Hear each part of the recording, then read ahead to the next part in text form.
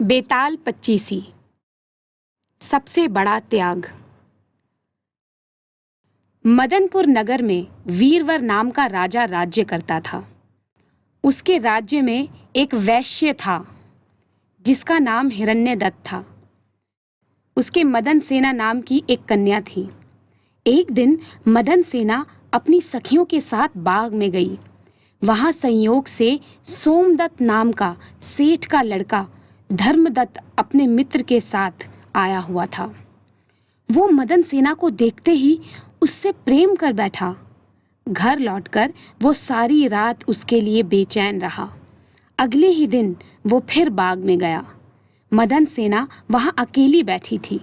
उसके पास जाकर उसने कहा, तुम मुझसे प्यार नहीं करोगी तो मैं प्राण दे दूंगा। मदन सेना ने जवाब दिया, आज से 5वें दिन मेरी शादी होने वाली है, मैं तुम्हारी नहीं हो सकती। वो बोला, मैं तुम्हारे बिना जीवित नहीं रह सकता। मदन सेना डर गई, बोली, अच्छी बात है, मेरा ब्याह हो जाने दो, मैं अपने पति के पास जाने से पहले तुमसे ज़रूर मिलूंगी। वचन देकर मदन सेना डर गई। उसका विवाह हो गया और वो जब अपने पति के पास गई तो उदास होकर बोली, आप मुझ पर विश्वास करें और मुझे अभय दान दे तो एक बात कहूँ। पति ने विश्वास दिलाया तो उसने सारी बात कह सुनाई। सुनकर पति ने सोचा कि ये बिना जाए मानेगी तो है नहीं, रोकना बेकार है। उसने जाने की आज्ञा दे दी। मदन सेना अच्छे अच्छे कपड़े और गहने पहनकर चली। रास्ते में उसे एक चोर मिला। उसने उसका आंचल पकड़ लिया। मदन सेना ने कहा, तुम मुझे छोड़ दो, मेरे गहने लेना चाहो तो ले लो।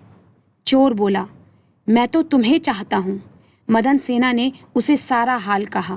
पहले मैं वहाँ हो आऊँ तब तुम्हारे पास आऊँगी। चोर ने उसे छोड़ दिया। मदन सेना धर्मदत्त के पास पहुंची।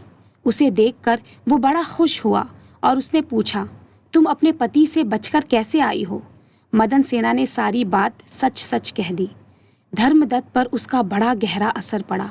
उसने उसे छोड़ दिया। फिर वो चोर के पास गई।